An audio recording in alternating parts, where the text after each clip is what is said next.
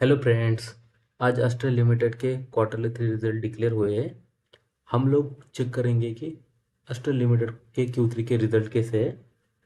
अगर आप इस चैनल पे नए हो तो चैनल को सब्सक्राइब करें और आपको अगर वीडियो अच्छे लगते तो लाइक करें।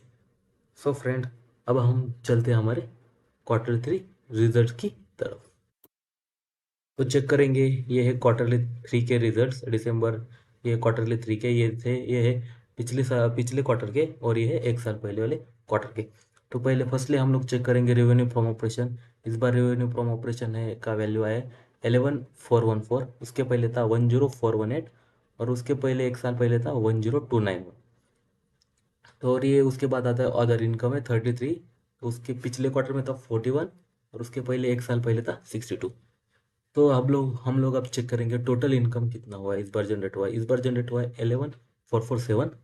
उसके पहले Q2 में था 10,459, और उसके पहले एक साल पहले था 10,353।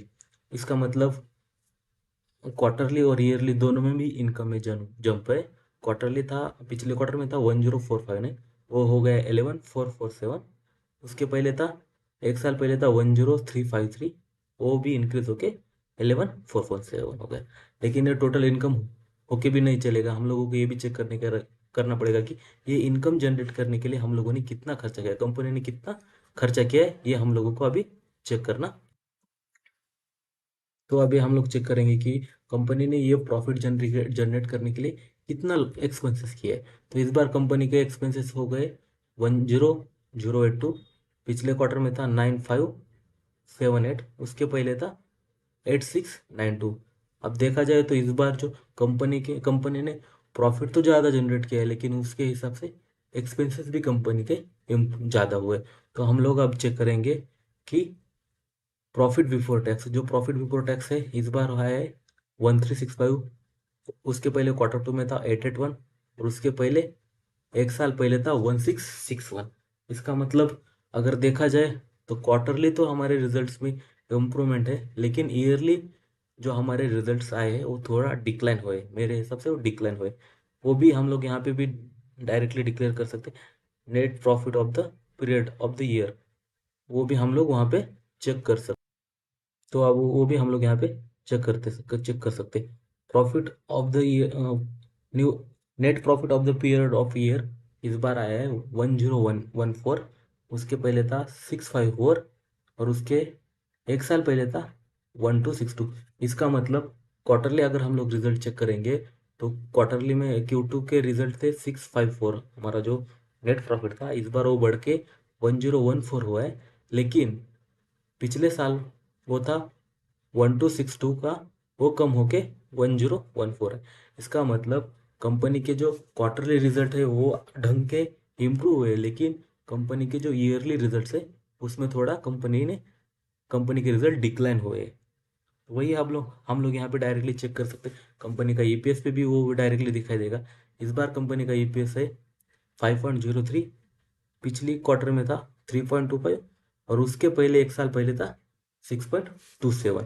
तो इससे ये समझ में आता है कि कंपनी का प्रॉफिट इस बार इम्प्रूव हुआ है, लेकिन क्वार्टरली इम्प्रूव हुआ है, लेकिन ईयरली वो डिक्लाइन हुआ है।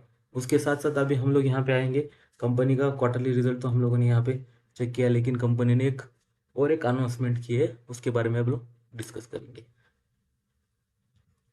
कंपनी ने डिस्कस किया है ना, आज जो कंपनी का बोर्ड का जो मीटिंग हुआ था ना 7 फरवरी को, उसमें उन लोगों ने रिजल्ट भी डिक्लेयर किए, उसके साथ साथ एक बोनस का भी ऑर्डर उन्होंने, बोनस के बारे में भी उन्होंने डिस्कस किया है। तो हम लोग वही चेक करेंगे कंपनी ने क्या किया, क्या डिक्लेयर किया।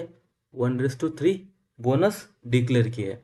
1:3 मतलब जिस आदमी के पास कंपनी के 3 इक्विटी शेयर्स होंगे उसको कंपनी एक इक्विटी शेयर्स बोनस में देंगी, और उसका रिकॉर्ड डेट है, यहाँ पे कंपनी ने डिक्लेयर भी किया है उसका रिकॉर्ड डेट, जो कि है March 14।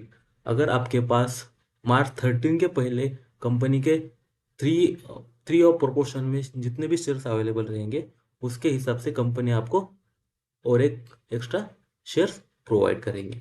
तो अभी हम लोग कंपनी के डिटेल्स के बारे में चेक करेंगे। कंपनी का अभी जो फिलहाल जो प्राइस चल रहा है वो 2066 का है।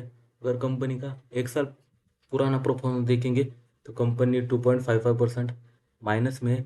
लेकिन मेरे को ऐसा लगता है कि कंपनी में ग्रोथ के चांसेस ज़्यादा है, क्योंकि अभी रियल इस्टेट जो बिजनेस है वो दिन ना दिन कुछ अच्छा ढंग का काम कर रहा है, करेगा, और आने वाले टाइम पीरियड में भी वो बहुत कुछ अच्छा करेगा। और ये जो कंपनी एस्ट्रल पाइप ये अपने फील्ड का लीडर है, तो हम लोगों ने, अगर आप लोगों को इसमें इन्वेस्ट करना है तो आप लोग कर सकते हैं। एक अच्छी अपॉर्चुनिटी है आप लोगों को। कंपनी के रिजल्ट जो क्वार्टरली रिजल्ट तो ढंग के है, लेकिन ईयरली भी थोड़े डिक्लाइन हुए, लेकिन फिर भी आप लोगों ने, मेरे को लगता है कि इन्वेस्ट करते वक्त थोड़ा सा सोचना चाहिए, क्योंकि ये कंपनी तो टॉप कंपनी है। अगर इसके हम लोग 5 साल के एक प्रॉफिट भी देखेंगे तो 333% के रिटर्न्स है। तो मेरे को लगता है ये कंपनी आगे जाके बहुत कुछ बड़ा कर सकती है। तो ये आपके ऊपर है कि आप लोगों को इसमें इन्वेस्ट करना चाहिए नहीं करना चाहिए, लेकिन ये ब्रांड कंपनी है तो मेरे हिसाब से आपने इसमें इन्वेस्ट करना चाहिए। सो फ्रेंड्स, तो चलते हैं, आज के इस वीडियो में इतना ही। आपको एक कंपनी के क्वार्टर 3 के रिजल्ट कैसे लगे, और ये जो बोनस दिया है इसके हिसाब से कंपनी में कुछ इम्प्रूवमेंट आती है, शेयर के प्राइस में कुछ इम्प्रूवमेंट आती है कि नहीं आती है, वो तो हम लोग कल चेक करेंगे। आपको क्या लगता है, प्लीज़ आप कमेंट बॉक्स में डिस्क्राइब करें। Thank you.